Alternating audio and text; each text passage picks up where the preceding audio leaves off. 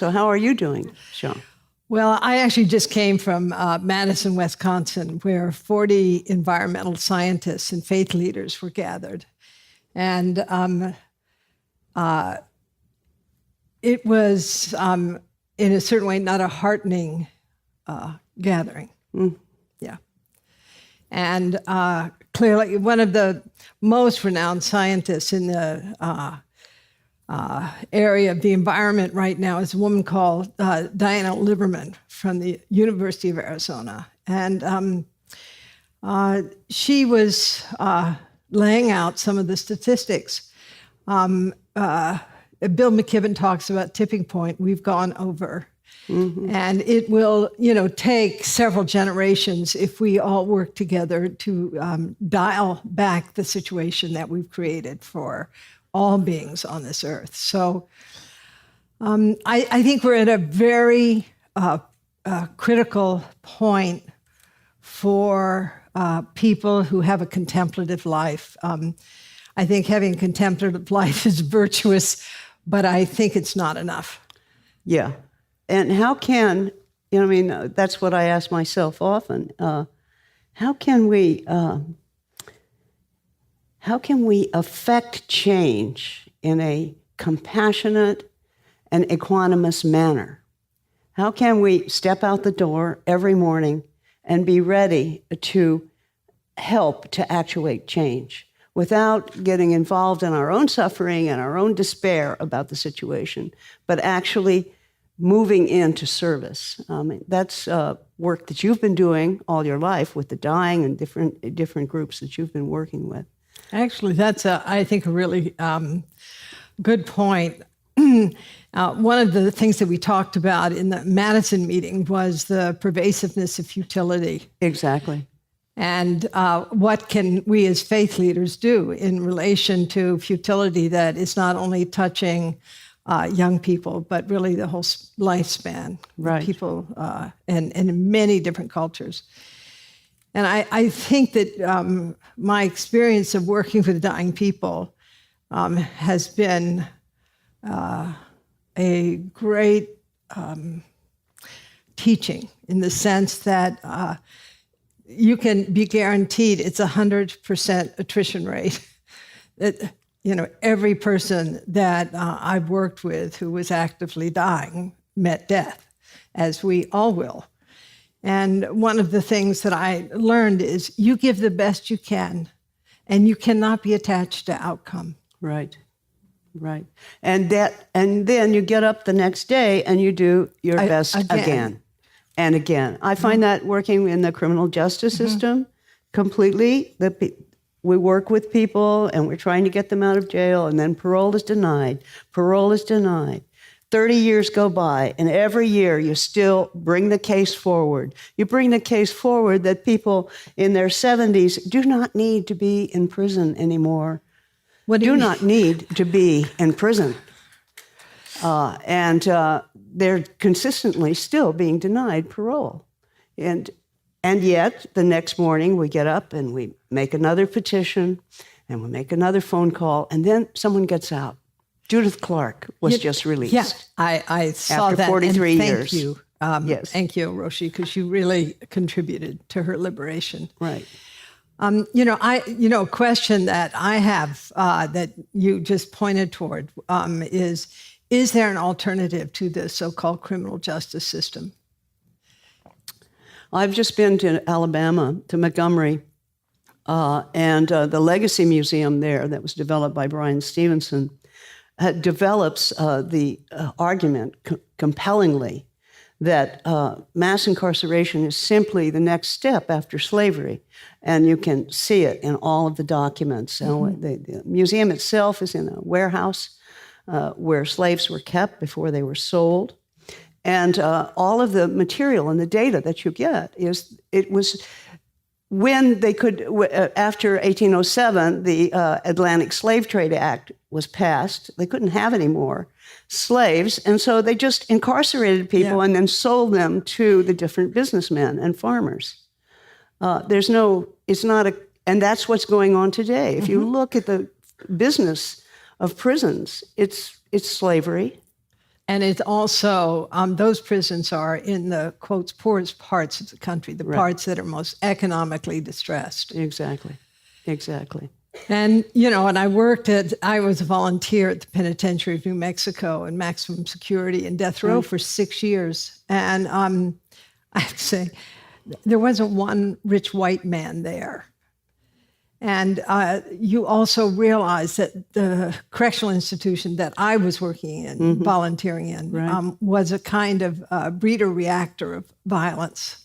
Yeah, right. There's those people, it was all men I worked with, but really anyone who would be exposed to that system would be so deeply traumatized again that should they ever be released, and of course people are released from PNM who are in level 1, 2, and 3, have basically been conditioned toward more violence, toward more hatred. Exactly. And there is change happening. And that's one of the reasons to bring it up, is that there is change happening in the criminal justice system now. And it's a result of people like us in this room writing letters, actually going and seeing your representatives and letting them know that this is an issue that you care about, and beginning to make a difference. And it's happening. It's happening for good reasons, and it's happening for reasons that are like still tied to greed. They have to do, the prisons are so expensive, maybe we should let some people out. But, I will say, working in what's called now level 6, when I was working inside, there weren't these kind of designations. But, I did encounter people whom I feel need therapy. Well, at least need therapy. And I actually, didn't feel comfortable with them at all. Right. They definitely were wounded to the core. It's one of those things where you're reminded of the story of Angulimala, a serial killer, who went through this phenomenal conversion upon encountering the Buddha. And so, sometimes I would say, if I, was working with somebody who was, particularly strange and wounded, I would sort of say, well, maybe not this lifetime. I'd say that to myself, maybe next lifetime. Right. But Angulimala was an inspiration for many of us who worked inside. Exactly. It's just like it can happen like that. Most of the people inside are not what you're talking about, but there are some severely people who are inclined to violence. And you look at the Swedish prison system, where, yes, they have some people who are incarcerated and you look at the spaces that they're in, they're very nice rooms. They have a TV. They're not being punished, and their fingernails aren't being pulled out. They are held in an enclosed space where they won't harm others. And yet they're fed, they're able to cook their own food, they're able to have some kind of a life, even though it's diminished in terms of freedom, so that they can't harm others. But it's not the punishing system that we have in this country. So, Enki, I think one of the things that's interesting that you and I, our Zen peacemaker brothers and sisters, we're socially engaged Buddhists. And I'm really interested in the presence and growing socially engaged Buddhism as a movement of great diversity, not only in this country and other places where it's strong, like in Sri Lanka with Ari and in Thailand with Sulak and so on, but to really see if it can be a global movement of inclusivity around alternatives to violence. Exactly. And I think that was, we did have an event last night honoring Bernie Glassman, and that was his dream of Zen peacemakers. Of course, we dropped the Zen and we just called it Peacemakers International, which opens it up to people of any faith and all kinds of Buddhism. And the point that Joan's making is we based it on the idea that we can bear witness to the suffering of others. And once we bear witness, once we're connected to what's happening to others, then we can find skillful means to make change. But we can't come in from the top down and say, oh, this has to be changed or that has to be changed. One of the things that Bernie started were street retreats, where you actually go and live on the street for a week and see what it's like, see what the problems are. And, for me, the worst problem was bathrooms. It's like, but you see what it is, and then you begin to see what kinds of things can happen in my city or in my country that would make a difference. What really would make a difference? So that bearing witness is critically important. And Joan was kind of referring to her work with the dying, and her work in a jail, in a prison. When you go and when I go into Sing Sing, it takes an hour and 15 minutes before I can actually get to the space where we do the meditation. We have to go through all of these gates and all of these tortured guards who are really suffering also because of the kind of work that they have to do. And so you realize I'm going into a place where everyone is suffering. Thank you. When I started working with Bernie, it was a little after the DC event. And Bernie was talking about the three, and Jishu, they were talking about the three tenets. And I thought, oh, this is the coolest process. Right. It's a practice. I mean, if you can imagine all the biases that I, as a sort of middle-class, white Buddhist, middle-aged. I was middle-aged then, person. All the biases. I was afraid the first time I went into the prison, into PNM. I was really afraid. It was big guys. And one of the things that came up for me is that the training for volunteers was, kind of interesting. They said, well, if you're taken hostage, we're not responsible. And I'm like, oh, well, thanks a lot. Gee, that really, inspires and gives me a lot of incentive to ever come back. But of course I did. I really got into the work because it was kind of like sprouts breaking the sort of cement apart, on a late spring day. You realize there is life here somehow. Right. But when Bernie shared, and Jishu shared the three tenets with me, I was like, wow. The first tenet, which Gyoku talked about last night, not knowing, was so radical. How do you cultivate a quality of mind that's not caught in biases, or that is aware at least of, at the preconscious level, moving down through, practice of the biases that are beginning to, distort how you perceive things. It is the most important of the three, I think. Totally. Because when we think we know, with all our best intentions, we already go in with this cognitive bias, and so we only see what we've decided to see.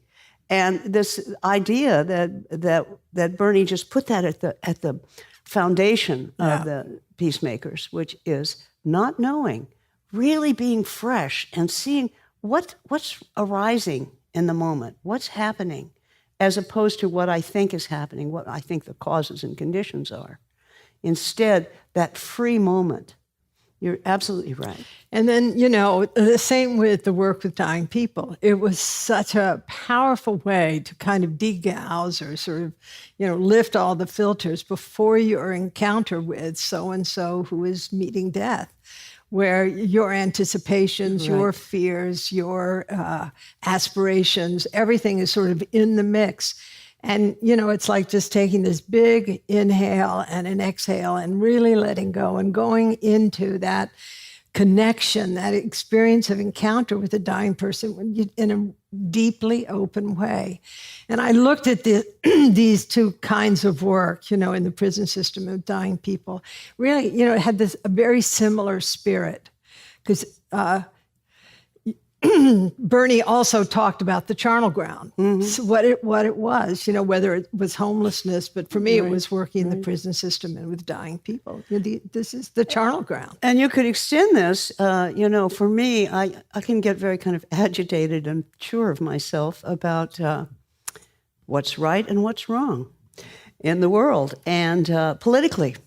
What the political situation in this country. And so if I meet someone of a different opinion than I have, a different political view than I have, kind of my knee-jerk reaction is to argue and to stand for my position, right? No. And, oh yeah, a little bit.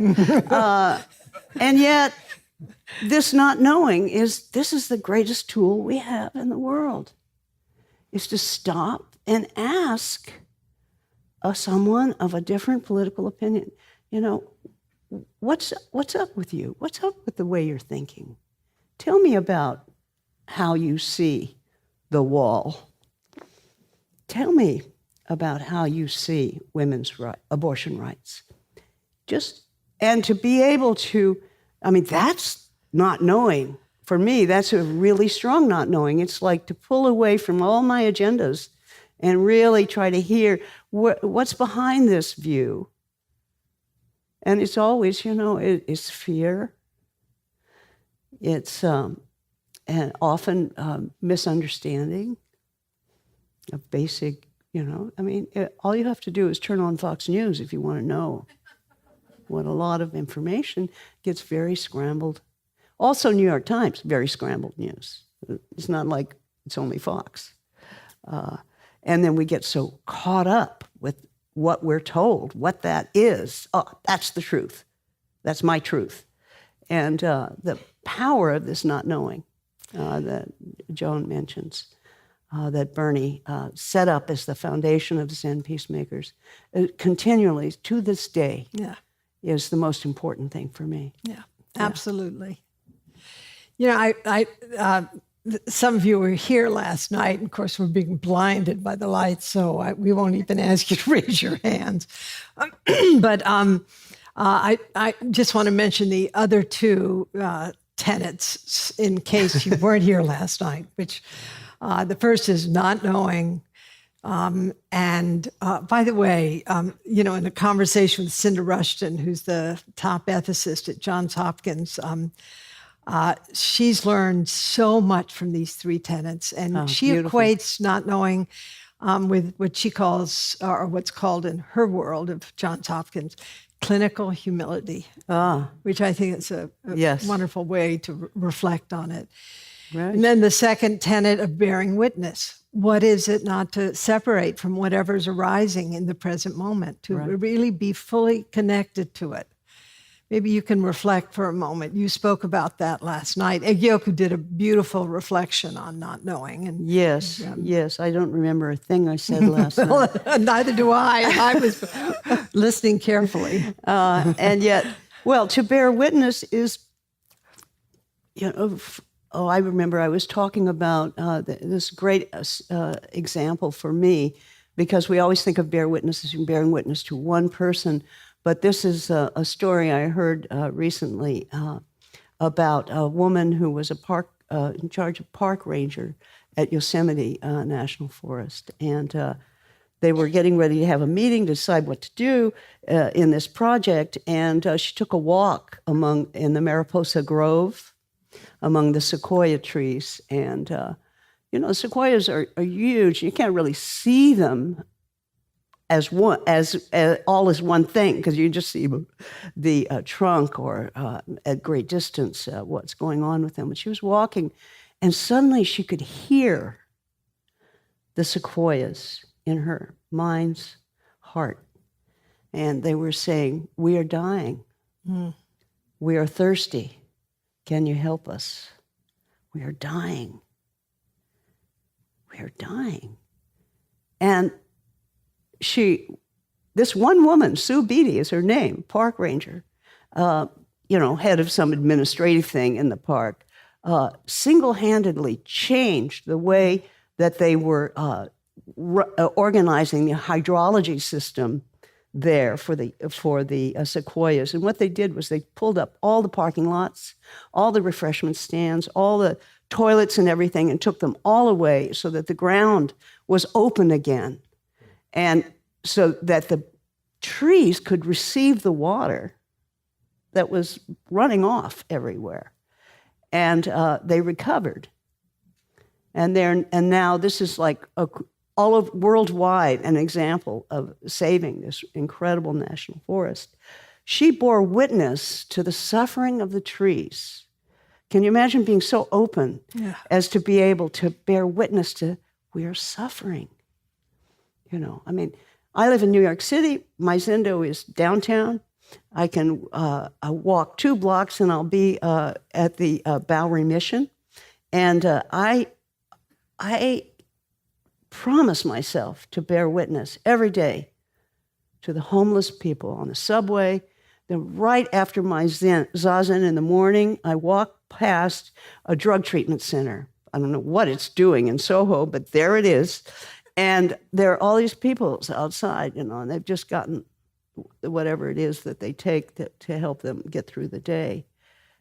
Bear witness. Don't push them away. But to bear, yes. This too, these people have been so burdened by their lives that they have fallen into drug addiction.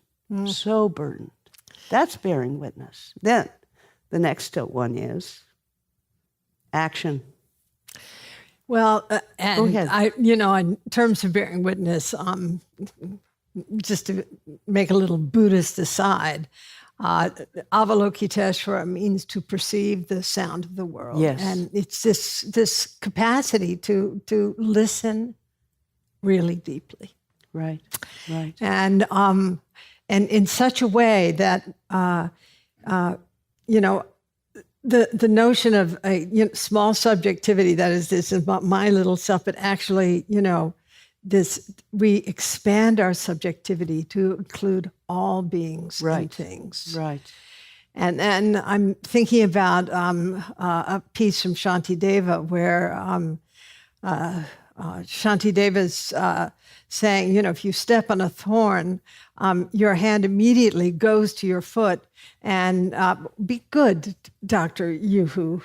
Boohoo, be good. Before you blow the bubbles on us. Okay, this is life. It's just, like bubbles. So, if you step on a thorn, your hand immediately goes to the foot and just pulls out the thorn. There's no kind of cogitation, request. It's just immediate like that. So, Musa Soseki was a 14th century great Japanese designer of gardens and also a great thinker. He wrote a beautiful treatise called Dialogues in a Dream. And in it, there's a short piece on compassion. I heard there was, Sharon and Bob. It was sort of, compassion or altruism or compassion's too, I don't know. Listen, I think compassion is, His Holiness the Dalai Lama said compassion is necessity. Without it, it's not a luxury. Without it, everything's going to perish. But in any case, Soseki divides compassion into sort of 3 categories. One is common compassion. That's biased, referential compassion with an object. That's the compassion that all of us are familiar with. Then there's compassion that is conceptual, that is based in a moral imperative, that is based in a view of the Dharma. And then there's non-referential compassion. That is this kind of seamless response to the suffering in the world. Right. And Soseki suggests that, and that what our practice is about developing this quality of non-separation, so that the action is not like, I'm going to be a good person kind of thing. Right. But it is that unconditional, unself-conscious response to the suffering of the world as it is. Right. Which is the fundamental Buddhist perspective. Yeah. Right. We're all in this boat together, and we're crossing the sea of suffering. Okay, so Roshi The third of the three tenets is compassionate action or responsive action or loving action. We worked with different kinds of language, healing action. But it comes naturally from the bearing witness, and not knowing. And the not knowing. Yeah. Because if you're not fixed in some fixed position and you see what needs to be done, you do it. You pull the thorn out of the foot of the world. You do. And you don't like say, oh, blah, blah, blah. You actually do it. And it's my contention that bodhisattvas have more fun. We get in the boat together. Hey, we're all in this boat together, and we're helping people. How cool is that? Huh? And Roshi, I have to tell you, because I've been looking at the social psychology, neuroscience, and et cetera of compassion. It's really interesting. It reduces inflammation. It enhances immune response. It enhances longevity. So, and by the way, it lights up the pleasure networks in our brain. It's better than eating Brussels sprouts like I had as a kid. But if you have them at, 10,000 waves, they're really good. But anyway, and that it's viral and that it's morally uplifting when we observe it. Yeah. And everybody benefits. Yeah. So the action step is terribly important. It's not enough to bear witness. Some movement must occur. Otherwise, there's a tendency to become hollow, to drop back. So it's really necessary to take a step. And even if, it's a mistake, then you learn. Then you go back to the not knowing, oops, now let me find another way to be of service. I mean, that's the most fun in life, is to serve, is to care for others and to make a difference. I mean, it's a joy. It's just what she's describing in neurological terms. Sorry. Thank you. I've been ruined. But anyway, we are coming to the end of this dialogue. And I'm just to let you know, Roshi Enkiu and I have walked the mountains of eastern Tibet. We've circumambulated Kailash. We've walked many places in the Himalayas, and she's abandoned me now. No, it's all right.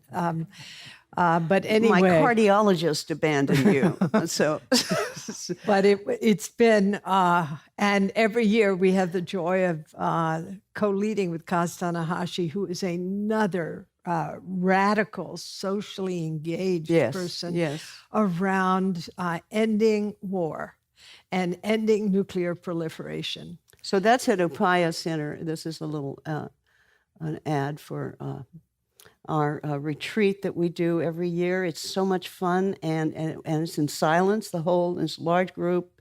It's already full, I think. It's full this year and next year. Come 3 years from now, you can join we'll be us. In the grave.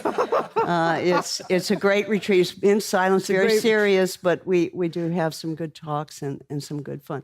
Now, I did bring a short little poem. Oh, good. That was written by Adrienne Rich. Oh, good. In the 60s. 68 was a bad year in this country. Hard year. And she wrote this. My heart is moved by all I cannot save. So much has been destroyed. I have to cast my life with those who, age after age, perversely, with no extraordinary power, reconstitute the world. That is us. That's each of us now today.